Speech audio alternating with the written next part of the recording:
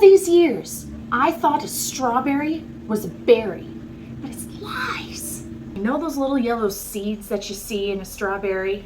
That's the fruit. That red part, that's the delicious delivery system that provides the fruit. Sometimes I tickle myself. What's in a name? That which we call a rose by any other name would smell as sweet. That's Shakespeare. Yeah. You always will learn something here. You don't know what you're gonna get. Hello, planty friends. Today I'm going to give a home to my strawberry plant I got from a nursery. Thus all the stuff right before about being lied to and strawberry delivery system. Yeah, there was a reason. There always is. First, we're gonna need to start by picking out the right container. Strawberry plants need 8 to 10 inches deep. Make sure that it's got that drainage hole so that it doesn't get waterlogged. This should do it. Look for strawberry varieties that are meant for container gardening, alpine strawberries or compact everbearing. I have no idea what this one is. I just picked it up in the nursery because it looked cute. So I'm playing it really fast and loose today with my container gardening. I think that's gonna work just right. Make sure to fill the container with a well-draining potting soil. Avoid using garden soil, it may contain pests and diseases.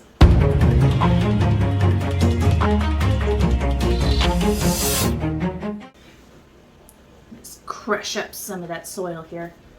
Oh, get it in between your fingers, it feels so good.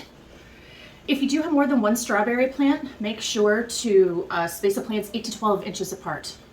I feel like a child right now.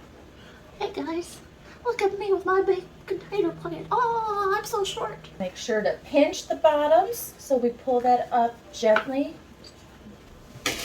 Watering. Strawberries need consistent moisture, so water the plants regularly.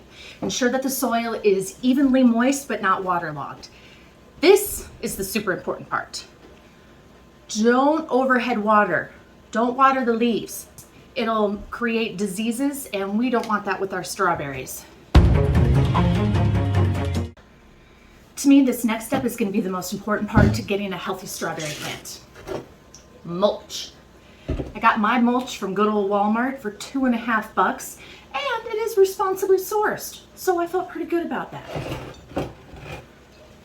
Mulch is going to retain some of that moisture.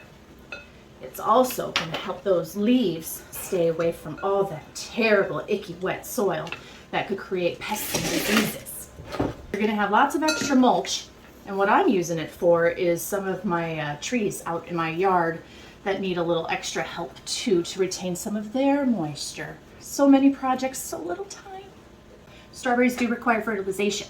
Use a balanced, slow-release fertilizer, and that's specifically formulated for fruits and vegetables. If you want to go a little more au natural, you can certainly use compost or any other organic matter, and just make sure to place that around the plants periodically. Pests and disease are a possibility. Regularly monitor the plants for pests such as slugs, snails, and aphids. Oh, the aphids. If you notice any signs of infestation, certainly go ahead and you can handpick the pests or use organic insecticides. I actually sometimes, especially for the aphids, will use a vinegar water mixture. It works, but you have to be diligent about it and make sure that you're spraying constantly. I'm telling you, the aphids. We don't want those. Strawberries, they're a little more high maintenance. They need a little upkeep. If you see any yellow leaves, trim those. Otherwise what you're gonna do is have a plant who's focusing all its energy on trying to help the yellow leaves or the dead leaves clean it up. It helps make things grow. And this part, ooh, this part. Pinch off the runners, these little guys. They're the long stems and they have the new little plantlets on them. If you don't feel comfortable pinching, I use little sewing scissors. Not just any sewing scissor. This one is also a necklace and I can go all about with my little scissors. And so what you'll do with this runner is just trim it towards the end. And what you're doing is helping that plant focus its energy again on creating a more bountiful harvest. For sunlight, strawberries require at least 6 to 8 hours of direct sunlight a day to thrive. So place a container in a sunny spot, such as a balcony, patio, or in my case, a nice little deck with a view. Doing these steps should provide you with quite a bounty. Once the strawberries are fully ripened, they'll be red and they'll smell delicious. Gently twist or cut the stems of the berry and enjoy.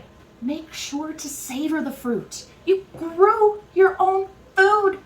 I hope you're proud of the time and effort that you put into your strawberries. I know I am. Thanks so much for listening, you guys. Make sure to subscribe to my page, like this video, turn on those notifications so you can keep up with all things planty. Happy planting. Oh, it's gonna be strawberries. Oh, not a berry. Strawberries. Strawberries. Yum, yum, yum, yum, yum.